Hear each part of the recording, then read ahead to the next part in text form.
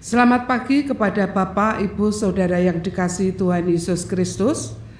Selanjutnya perkenankanlah Majelis GKJ Salatiga menyampaikan berita jemaat pada hari ini, Minggu tanggal 24 Mei 2020. 1. Dengan masih memperhatikan himbauan dari Presiden Republik Indonesia, Pemerintah Provinsi Jawa Tengah, Pemerintah Kota Salatiga, Persekutuan Gereja-Gereja di Indonesia, Sinode GKJ serta para ahli kesehatan, maka Majelis GKJ Salatiga memberitahukan: 1. Ibadah minggu di gereja dan ibadah kategorial di gereja, yaitu sekolah minggu, remaja, pemuda, adioswa, selama bulan Mei ini masih untuk sementara waktu ditiadakan. Ibadah tetap dilaksanakan di tempat tinggal masing-masing agar persekutuan keluarga boleh terbangun dengan baik. 2.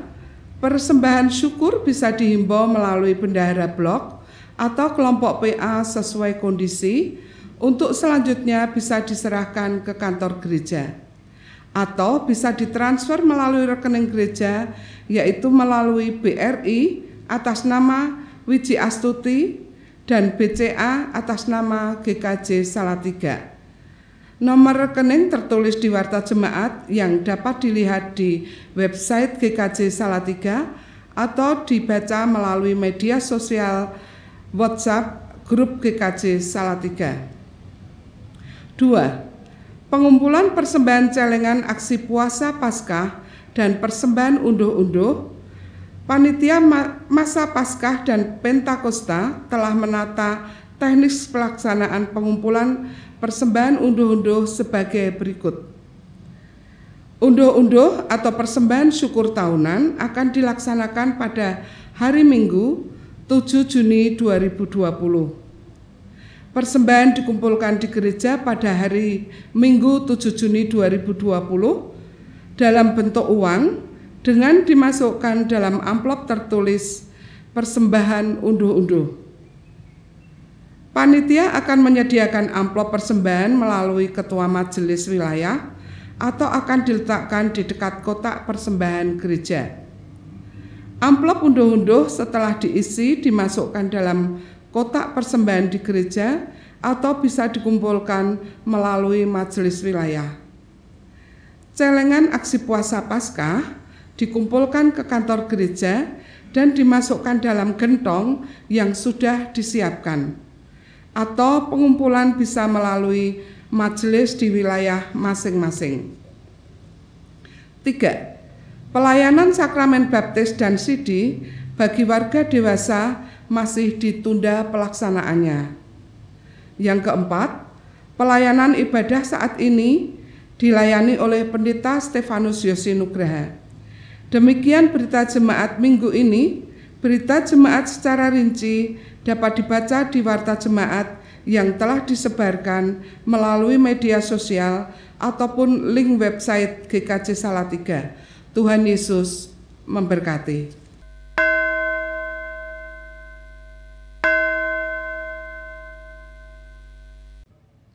Umat yang dikasihi Tuhan, hari ini kita kembali bersekutu melalui ibadah bersama di keluarga kita masing-masing.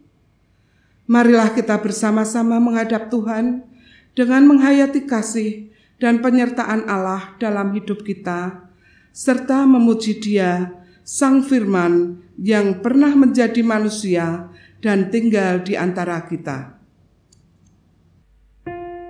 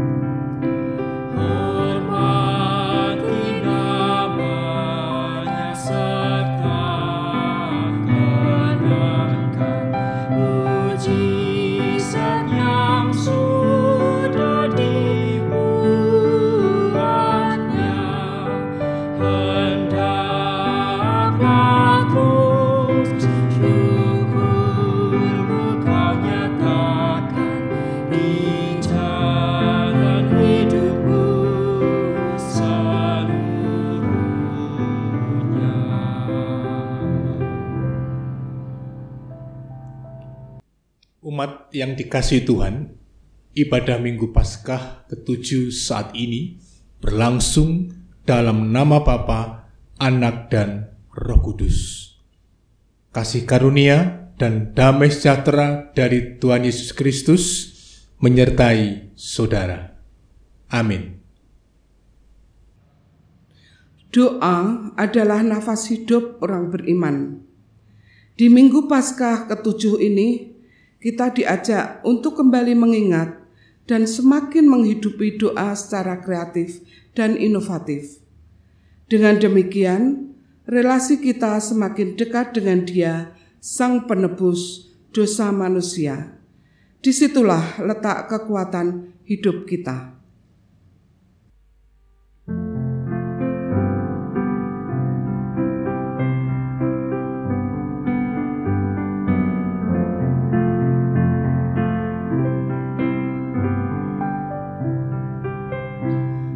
Masukkan Raja-Mu, Allah Maha Besar. Ucapkan syukur-Mu, bernyanyi bergema. Suara-Mu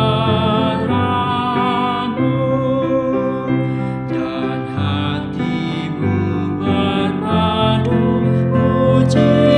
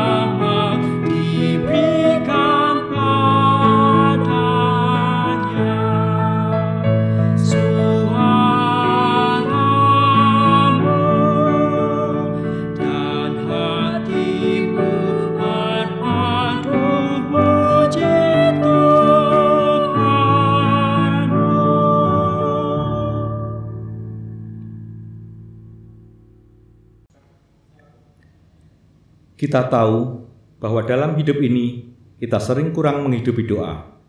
Kita lebih sibuk dengan pekerjaan, dunia media sosial, bahkan hobi kita. Oleh karena itu, dalam kesempatan ini, marilah kita mengaku dosa di hadapan Tuhan. Ya Tuhan, kami menghadap kehadirat-Mu dengan penuh kerendahan hati, mengaku dosa dan kesalahan kami. Kiranya Engkau menolong kami dapat terus mengubarkan semangat kami untuk selalu dekat dan berdialog dengan-Mu. Dan kiranya Engkau juga mau menolong kami untuk dapat membangun kehidupan Kristiani kami, agar hidup kami dapat bertumbuh dan berbuah bagi kemuliaan nama-Mu. Amin.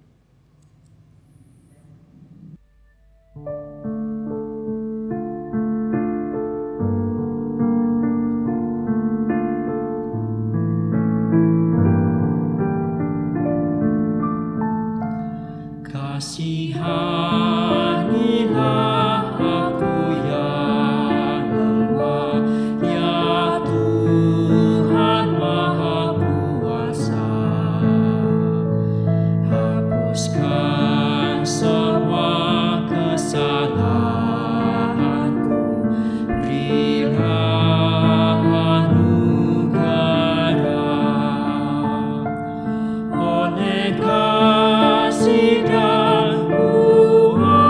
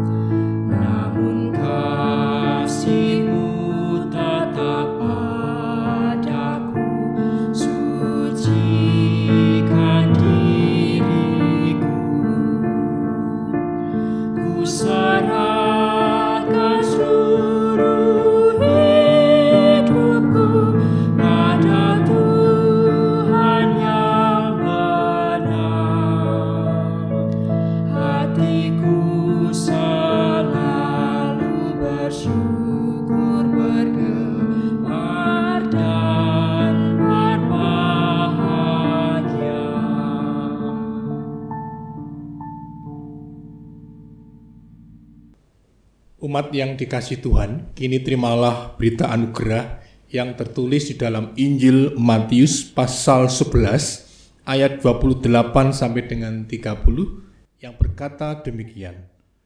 Marilah kepadaku semua yang letih lesu dan berbeban berat, aku akan memberi kelegaan kepadamu. Pikulah kuk yang kupasang dan belajarlah padaku, karena aku lemah lembut dan rendah hati, dan jiwamu akan mendapat ketenangan. Sebab kuk yang kupasang enak dan bebanku pun ringan. Demikianlah berita anugerah dari Tuhan.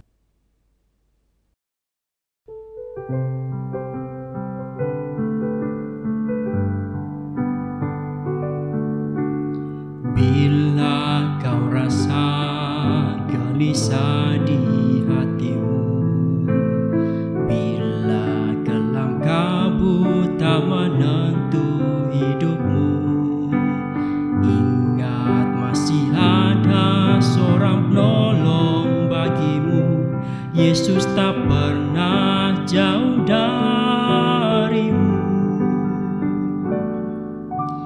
Bila cobaan menggodai hatimu, bila sengsara menimpa keadaanmu, ingat Yesus takkan pernah jauh darimu. Dia selalu pedulikan kamu. Berseru memanggil namanya, berdoa dia akan segera menghampiri dirimu. Percaya dia tak jauh darimu, dia hanya sejauh doa. Berseru memanggil namanya, berdoa dia akan segera menghampiri dirimu. Percaya dia tak jauh darimu, dia hanya sejauh doa.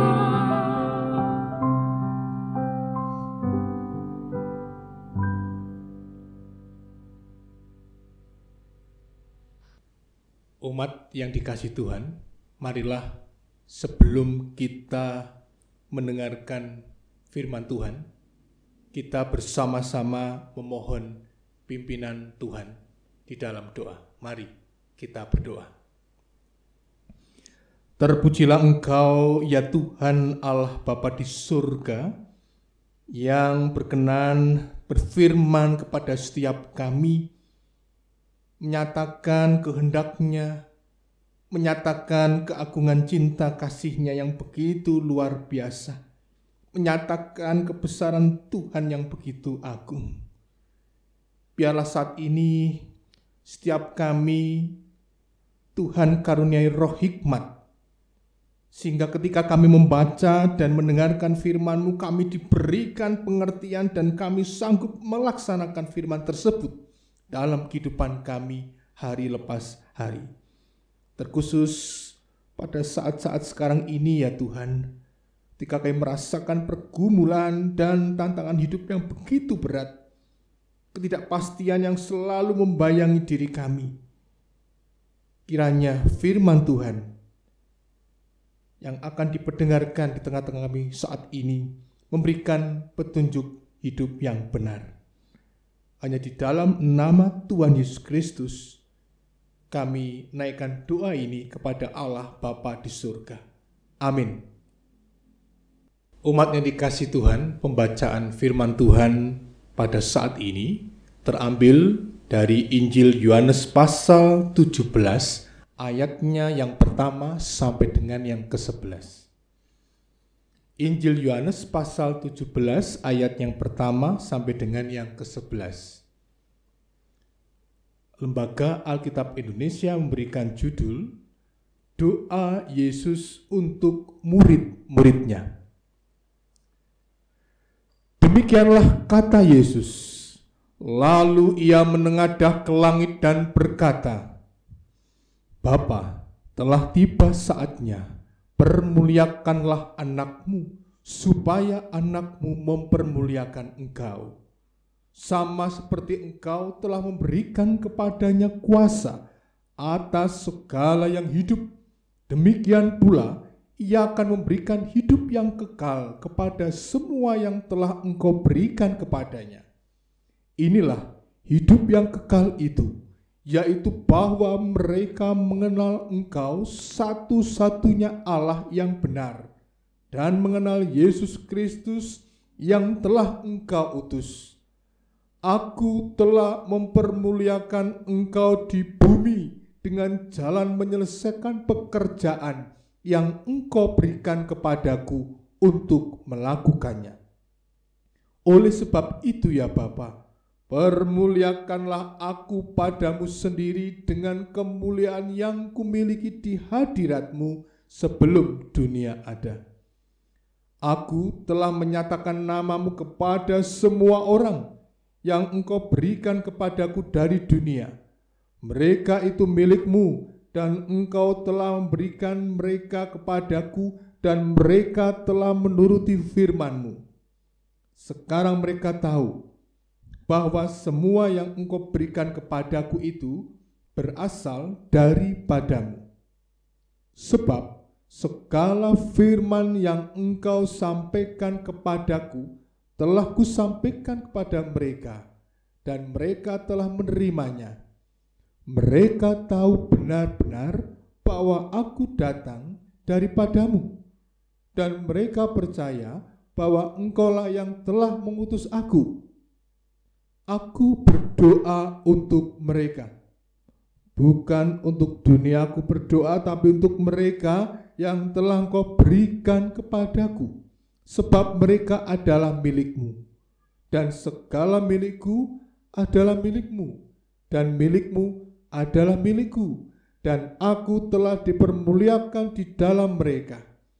Dan aku tidak ada lagi di dalam dunia, tapi mereka masih ada di dalam dunia, dan aku datang kepadamu. Ya Bapa yang kudus, peliharalah mereka dalam namamu, yaitu namamu yang telah engkau berikan kepadaku, supaya mereka menjadi satu sama seperti kita. Demikianlah firman Tuhan. Yang berbahagia ialah mereka yang mendengarkan firman Tuhan dan yang memeliharanya. Haleluya.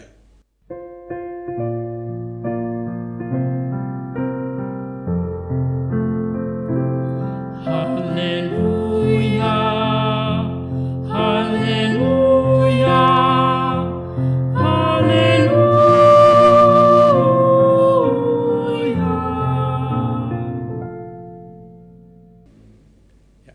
Bapak, Ibu, serta saudara-saudariku dan anak-anakku yang terkasih, doa merupakan salah satu hal yang kelihatannya sangat sederhana, namun seringkali tidak mudah dilakukan. Kenyataannya, ada orang yang kalau berdoa di hadapan banyak orang, ya grogi dan berkeringat dingin, Bapak Saudara. Ada juga orang yang tidak mau berdoa di depan orang lain karena merasa saya tidak pintar menyusun kata-kata yang baik. Mereka takut salah berdoa, lalu ditertawai oleh orang lain. Bagi mereka, doa hanyalah untaian kata-kata. Tetapi bagi kita yang terbiasa berdoa setiap hari, tentu kita berdoa dan kita memahami sebenarnya apa itu arti doa. Apa yang biasanya kita doakan dan bagaimana semestinya kita berdoa. Nah, Bapak, Ibu, dan saudara kasih Tuhan, banyak orang memang berdoa, tetapi ia berdoa bagi dirinya sendiri. Mereka berdoa memohon pemeliharaan Tuhan dan berkat-berkat-Nya sehingga hidup mereka menjadi lebih baik. Doa seperti ini tidak salah, Bapak Saudara. Tetapi doa semacam ini adalah doa yang egois. Dan doa semacam ini menunjukkan bahwa iman orang yang bersangkutan semata-mata didasarkan pada kebutuhannya. Ya, beribadah di gereja, ya, beribadah di rumah, di tempat, ya, dimanapun. Ia menunjukkan bahwa apa yang dilakukan keberimanannya itu hanya semata-mata agar kebutuhannya itu terpenuhi oleh Tuhan. Dan konsekuensinya orang yang seperti ini mengasihi Tuhan hanya karena kepentingannya, saudara. Jadi Tuhan dibutuhkan sejauh kebutuhannya itu mendesak. Ketika kebutuhannya sudah terpenuhi, apa yang terjadi? Sudah lupa kepada Tuhan. Nah, saudara-saudara kasih Tuhan, dalam bacaan ini, dalam minggu Paskah yang ke-7 ini, kita akan belajar dari Tuhan Yesus tentang bagaimana seharusnya kita berdoa. Nah, mari kita memperhatikan dalam bacaan ini. Di sini kita menemukan ada suatu yang menarik, bahwa kalimat doa Yesus Kristus bukanlah kalimat doa yang melulu berisi permintaan, permohonan, tetapi merupakan sebuah ungkapan yang menegaskan tentang karyanya. Nah, di bagian pertama mari kita perhatikan di ayat yang pertama sampai dengan yang ke-6, saudara. Di situ dikatakan Yesus berdoa agar dirinya memuliakan Sang Bapa dan Sang Bapa mempermuliakan dirinya. Ya. Yesus di sini berkata, permuliakanlah anakmu supaya anakmu mempermuliakan engkau. Nah, dalam hal ini, dalam doa ini terlihat Yesus dengan kerendahan hati melepaskan diri dari sikap egoisme dan egosentrisme, saudara. Ia tidak berdoa demi kepentingan dirinya atau meminta kebutuhan-kebutuhan dirinya supaya terpenuhi, dan ia tidak membiarkan dirinya dikuasai oleh kehendaknya sendiri, tetapi ia meminta Sang Bapa untuk memakai dirinya untuk kemuliaan Sang Bapa. Nah, Yesus meminta dirinya dipermuliakan bukan agar dia mulia sendiri, tetapi agar Sang Bapa itu dipermuliakan. Mengapa Yesus bersikap demikian, saudara? Karena Yesus tahu bahwa dia adalah Mesias, Anak Allah yang diurapi untuk memuliakan Sang Bapa. Dan seperti yang tertulis di ayat yang keempat, Yesus mengatakan apa? Bahwa Aku telah memuliakan engkau di bumi dengan jalan menyelesaikan pekerjaan yang engkau berikan kepadaku untuk melakukannya. Ini juga memberikan pelajaran yang penting bagi saya dan saudara, untuk memahami bahwa doa tidak melulu hanya meminta, namun nyuwun, melainkan doa itu mengekspresikan rasa syukur kita atas apa? Atas kesempatan yang sudah diberikan Tuhan kepada kita untuk melakukan karya bagi kemuliaan namanya. Nah, kalau coba kita tarik, kita korelasikan, relevansikan dengan kehidupan kita saat ini, saudara, tentunya kita pun harus memahami bahwa tugas dan pelayanan kita itu semata-mata demi kemuliaan Allah, bukan untuk hormat dan kemuliaan diri kita. Dan juga seringkali ketika kita berdoa bagi diri kita, tetapi isi doa kita itu hanya berkaitan dengan kebutuhan kita. Kita lupa berdoa memohon Tuhan memakai kita untuk apa? Menjadi sarana berkat-Nya bagi sesama. Nah, mestinya kita berdoa minta Tuhan menjadikan diri kita sarana bagi berkat bagi sesama. Nah, yang kedua, saudara, Yesus berdoa bagi para murid-Nya. Ya, di ayat 6 sampai yang ke-11 di situ kita bisa melihat bagaimana Yesus meminta pada Bapa di surga agar para murid-Nya dipelihara. Karena Yesus melihat untuk kedepannya para murid ini akan menghadapi dunia yang begitu membenci para murid. Jadi di bagian ini Yesus berdoa agar para murid tidak jatuh dalam pencobaan kemudian binasa. Yesus mau supaya para murid tetap dipelihara Sang Bapa, supaya nanti kelak mereka tetap menjadi satu, Sang Bapa maupun Sang Anak dalam kemuliaan yang kekal.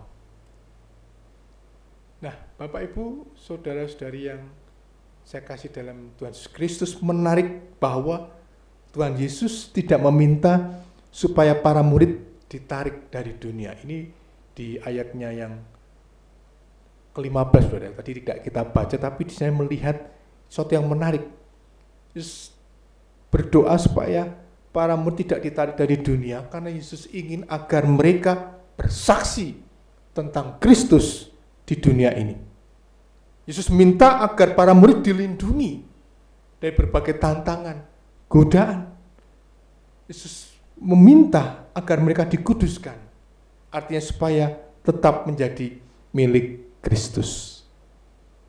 Nah, di bagian yang kedua, kalau kita korelasikan dengan kehidupan kita saat ini, kita relevansikan dalam kehidupan sekarang ini, seringkali saya dan saudara, kita itu menarik diri dari pergaulan dengan sesama, dengan alasan apa? Sibuk melayani. Tapi ternyata kita malah mengeksklusifkan diri kita. Dan saat ini kita terpanggil, saudara, seperti Yesus berdoa bagi sesama, bagi para murid-muridnya. Kita pun juga terpanggil untuk mendoakan jemaat sesama. Nah, dari bagian ini, saudara, saya mencoba untuk merasa-rasakan bahwa ketika Tuhan Yesus itu berdoa bagi para murid, sebenarnya Yesus sedang mengikatkan dirinya dengan para murid dan dengan Bapa di surga. Itu artinya apa? Ketika kita berdoa bagi orang lain, berdoa bagi sesama, kita sedang mengikatkan diri kita dengan orang-orang yang kita doakan, dan juga dengan dan di dalam kesatuan dengan Allah Bapa di surga. Jadi, orang yang Anda doakan dan Bapa di surga ada dalam keterikatan dan kebersatuan dengan kita, saudara. Wow. Hal ini kalau kita hubungkan dengan tema kita pada pagi hari ini, saudara, tentang apa? Tentang nafas hidup. Ya, doa itu nafas hidup. Nah, tentunya bagi orang percaya, doa ibaratnya nafas hidup, bahwa tanda bahwa seorang hidup itu apa? Ya, bernafas, ambegan, saudara. Bernafas, ya, ambegan itu menjadi prasyarat untuk hidup. Kalau tidak bernafas, itu tanda bahwa orang itu sudah mati. Dan inilah kenyataan jasmaniah kita. Nah, kalau bagi orang percaya, kalau doa itu seperti nafas hidup, ya doa harus menjadi sesuatu yang sudah seharusnya. Karena tanpa doa nafas hidup, lalu itu berarti kita mati. Dan kalau orang percaya tidak pernah berdoa, ini merupakan sebuah bukti bahwa dia sudah mati. Mungkin secara jasmani dia hidup, tetapi secara rohani ia mati. Nah, ini mau menunjukkan apa, Bapak Ibu Saudara, anak-anakku sekalian? Ini menunjukkan bahwa doa itu begitu penting sekali. Doa merupakan kekuatan hidup manusia. Nah, sudahkah saudara menyadari, kalau kita jujur, apakah kita itu punya kehidupan doa? Dan siapa saja yang kita doakan? Kemudian bagaimana mestinya kita itu berdoa? Nah, ini sebuah refleksi, saudara. Pertanyaan bagi diri kita sendiri. Kalau kita merasa doa itu sebagai sesuatu yang penting, jadi kekuatan hidup kita, ya kita selalu berusaha untuk menyediakan diri, membuat mezbah doa di hadapan Tuhan. Tuhan Yesus Kristus menyadari akan hal itu, bahwa doa sesuatu yang penting sekali. Doa merupakan kekuatan bagi dirinya. Sehingga Yesus sendiri berdoa sebelum memulai pekerjaan atau pelayanannya, saudara. Ya, tercatat ya, yang pertama sebelum memulai pelayanannya, Yesus berdoa, bahkan ditambah dengan puasa selama 40 hari di padang gurun. Melalui doa dan puasa, Yesus mendekatkan diri pada Sang Bapa. Yesus mendengar bisikan suara ilahi yang mencoba mengerti kehendak Sang Bapa, sekaligus ia memohon kekuatan. Dan yang kedua, saya mengajak kita untuk mengingat ketika dia di Taman Getsemani. Yesus tahu bahwa penderitaannya begitu luar biasa nantinya. Via Dolorosa sudah di depan matanya. Ia menjadi takut dan gentar. Tapi dalam situasi itu ia berdoa, saudara. Dan setelah berdoa, Yesus memperoleh kekuatan besar sehingga ia mampu berani menghadapi jalan salib. Nah, bacaan hari ini adalah doa Yesus bagi para murid sebelum ia menderita dan nantinya kembali ke surga. Nah, ia mau mendoakan para murid, umat percaya, agar semuanya tetap terjaga, terpelihara, dan selamat. Jadi, saudara, pertanyaannya adalah, kenapa kita masih selamat sampai dengan hari ini? Ya karena Tuhan Yesus sudah mendoakan kita. Ya, bagaimana dengan kita saat ini, saudara? Sudahkah kita mewujudkan kehidupan doa kita dalam konteks perjumpaan dalam realitas keseharian? Sudahkah saudara berdoa sebelum melakukan serangkaian aktivitas kegiatan dalam keseharian? Sudahkah saudara juga mewujudkan kehidupan yang penuh dengan kepedulian, penuh dengan perhatian pada sama melalui kehidupan doa? Mari kita jujur, saudara. Seberapa sering kita mendoakan anggota keluarga kita, anggota jemaat persekutuan, mendoakan para pelayan majelis gereja, mendoakan masyarakat kita, mendoakan bangsa dan negara kita, bahkan mendoakan dunia ini, saudara, yang secara khusus ini sedang terdampak oleh COVID-19. Sudahkah kita berdoa untuk mereka, para dokter, para medis yang berjuang mati-matian untuk menyembuhkan, memulihkan para pasien COVID-19. Dan juga saudara kita berdoa untuk para pasien, anggota keluarganya. Dan sudahkah kita berdoa bagi orang-orang yang terkena PHK, sehingga mereka kehilangan pekerjaan, hidup mereka menjadi susah. Sudahkah kita berdoa untuk mereka? Ketika doa saudara pahami sebagai nafas hidup, itu berarti apa? Ketika kita berdoa untuk mereka, kita memohon agar Tuhan menyambungkan nafas hidup bagi mereka, agar mereka senantiasa bisa menjalani kehidupannya. Nah, saudaraku yang dikasihi Tuhan, bukti saudara mengasihi sesama adalah ketika saudara mendoakannya. Tuhan berkati saudara sekalian. Amin.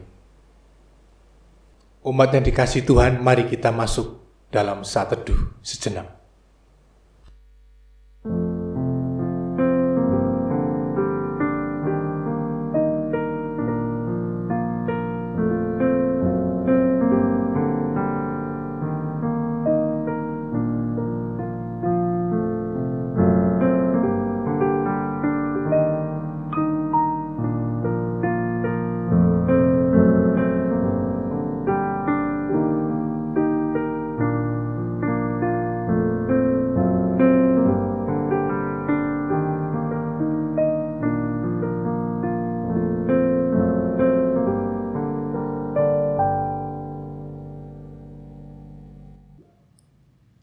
Bersama umat Tuhan di semajang masa dan di segala tempat, marilah kita menyegarkan iman kita dengan mengingat pengakuan pada baptisan kita menurut pengakuan iman rasuli yang demikian. Aku percaya kepada Allah Bapa yang Maha Kuasa, Khalik langit dan bumi, dan kepada Yesus Kristus, anaknya yang tunggal Tuhan kita, yang dikandung daripada Roh Kudus, lahir dari anak darah Maria, yang menderita di bawah pemerintahan Pontius Pilatus, disalibkan, mati dan dikuburkan, turun ke dalam kerajaan maut. Pada hari yang ketiga, bangkit pula dari antara orang mati, naik ke sorga, duduk di sebelah kanan Allah Bapa yang Maha Kuasa, dan akan datang dari sana untuk menghakimi orang yang hidup dan yang mati. Aku percaya kepada Roh Kudus, gereja yang kudus dan am, persekutuan orang kudus, pengampunan dosa, kebangkitan daging, dan hidup yang kekal. Umat yang dikasihi Tuhan, mari kita bersama-sama menaikkan doa syafaat. Kita berdoa. Ya Tuhan Allah Bapa kami yang bertahta dalam kerajaan surga yang maha mulia, perkenankan dalam segala keterbatasan kami sowan datang menghampiri tata kemuliaan di surga.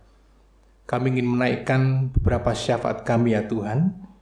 Yang pertama, kami ingin berdoa untuk Gereja Kristen Jawa Salatiga dengan segala aktivitas dan pergumulannya. Kami membawa ya Tuhan untuk pergumulan GKJ Salatiga, khususnya untuk pengutusan pendeta pelayanan khusus atau PPK GKJ Salatiga atas diri Saudari Iki Sumartina, dan juga rencana ujian calon PPK dalam persidangan istimewa KSBU.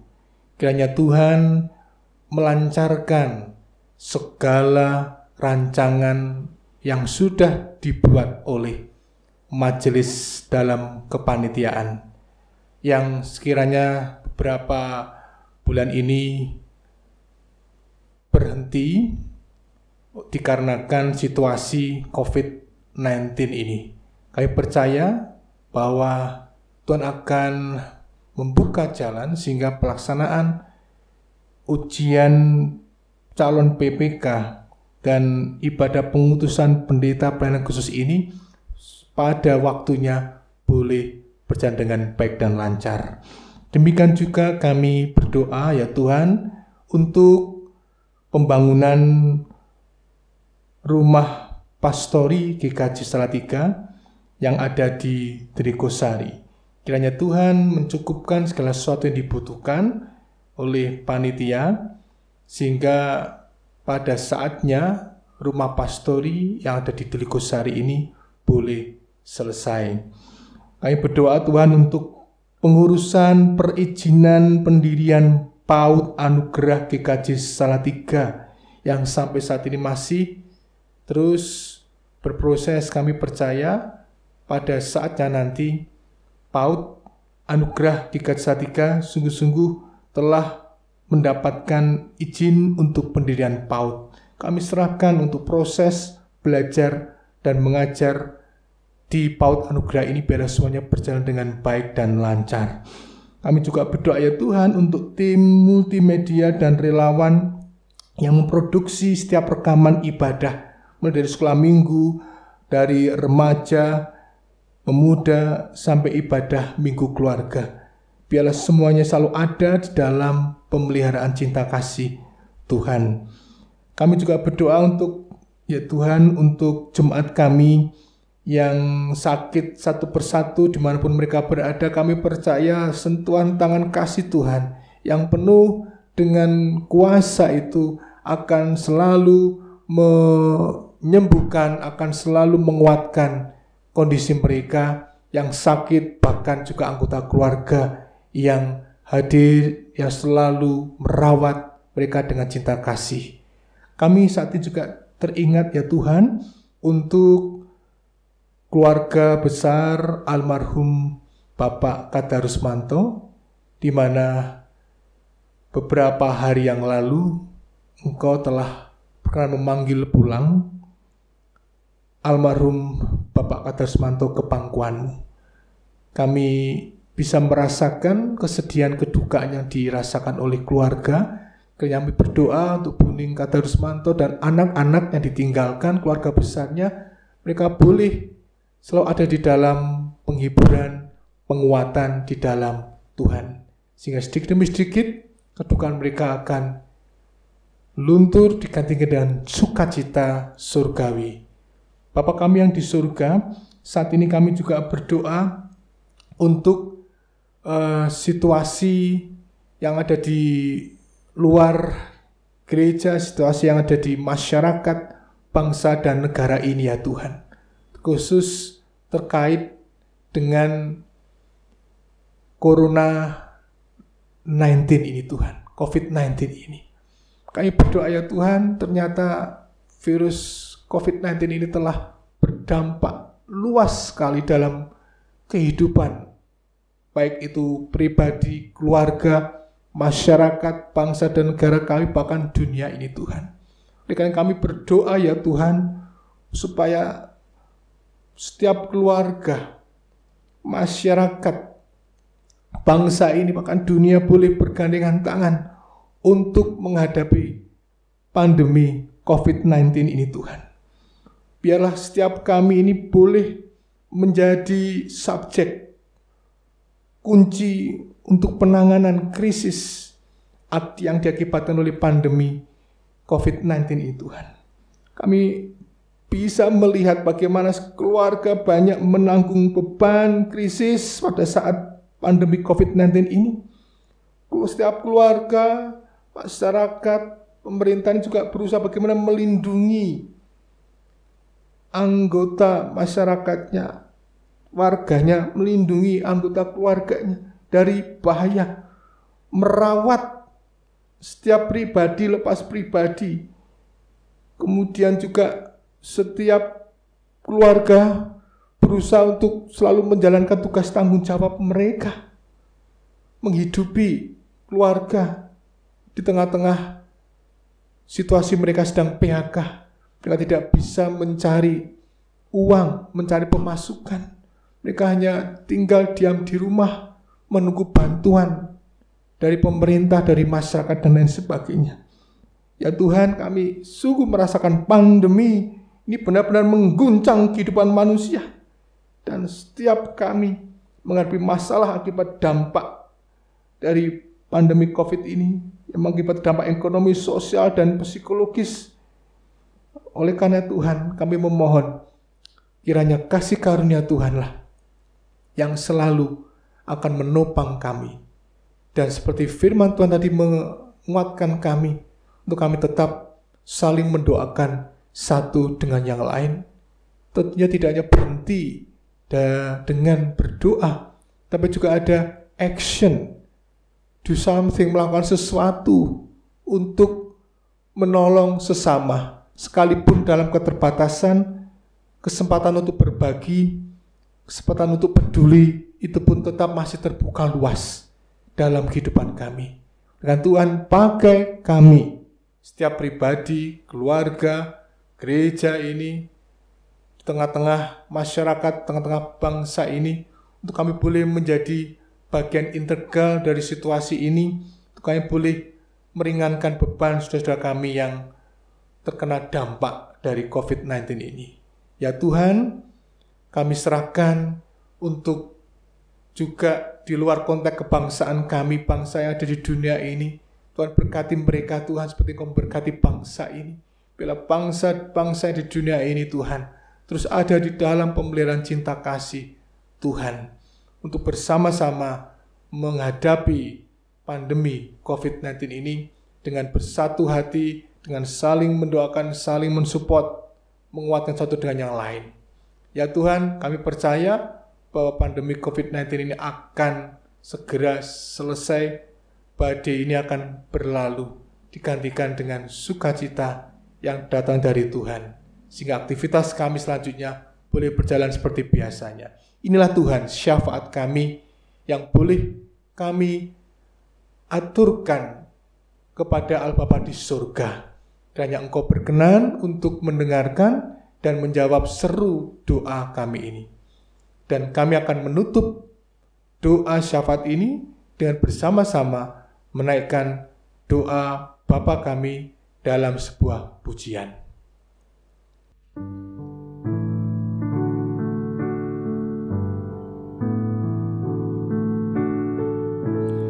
Bapa kami yang ada di sorga, dikuduskanlah nama-Mu, datanglah kerajaan-Mu, jadilah kehendak-Mu di bumi seperti di sorga. Beri kami hari ini makanan yang secukupnya, ampuni salah kami seperti kami ampuni yang bersalah pada kami. Jangan bawa kami dalam pencobaan, melainkan lepaskan kami dari yang jahat. Sebab Kaulah yang punya kerajaan dan kuasa dan kemuliaan sampai selama-lamanya. Amin.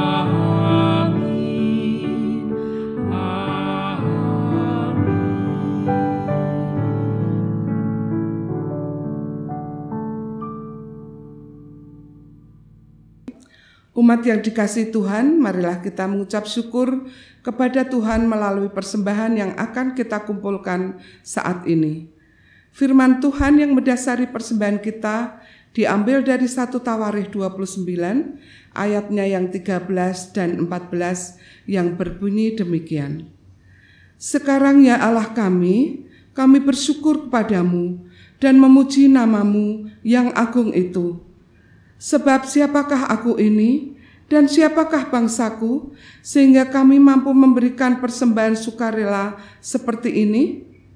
Sebab daripadamulah segala-galanya, dan dari tangan-Mu sendirilah persembahan yang kami berikan kepadamu.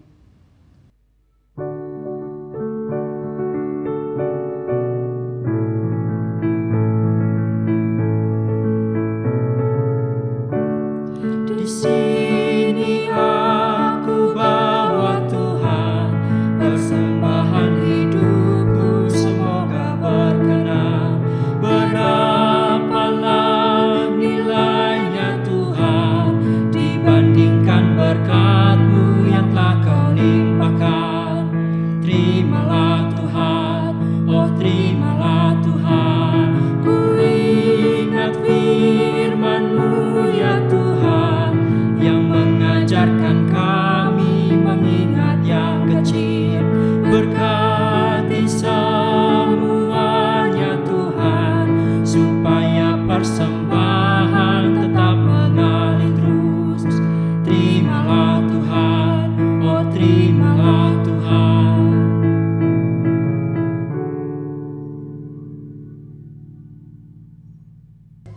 Bapak, Ibu, dan Saudara yang dikasihi Tuhan, mari kita haturkan persembahan ini melalui doa yang akan saya hantarkan. Mari kita berdoa. Allah Bapa yang Maha Kasih, Tuhan kami Yesus Kristus, terima kasih Tuhan atas anugerah yang Tuhan berikan kepada kami. Pada saat ini Tuhan, kami sudah menerima kebenaran firman-Mu yang sudah disampaikan oleh Pendeta Stefanus Yosinugraha. Kiranya Tuhan, apa yang sudah kami dengar ini menjadikan pedoman di dalam kehidupan kami sehari-hari secara nyata. Bapa di surga, kami juga mengucap syukur atas persembahan yang boleh kami kumpulkan pada saat ini. Kiranya Tuhan terima, Tuhan sucikan, dan Tuhan berkati, agar persembahan ini boleh untuk memuliakan nama-Mu saja. Dan kami berdoa untuk yang mengelola, kiranya juga Tuhan berkati. Bapa di surga, inilah seru doa kami. Mohon ampun apabila di dalam kami mempersembahkan terselip dosa dan kesalahan kami. Hanya di dalam nama Tuhan Yesus Kristus, doa ini kami haturkan kepadamu. Terima kasih Bapa. Haleluya. Amin. Umat yang dikasihi Tuhan, dunia ini penuh dengan tantangan dan godaan. Untuk itu, mari arahkanlah hati saudara, pikiran saudara kepada Tuhan, dan teruslah hidup dekat dengan Tuhan, dan percaya bahwa Kristus memberikan kekuatan bagi saudara untuk menjadi saksinya. Jadi terimalah berkat dari Tuhan. Tuhan memberkati engkau dan melindungi engkau. Tuhan menyinari engkau dengan wajah-Nya dan memberi engkau kasih karunia. Tuhan menghadapkan wajah-Nya kepada saudara dan memberi saudara damai sejahtera. Amin.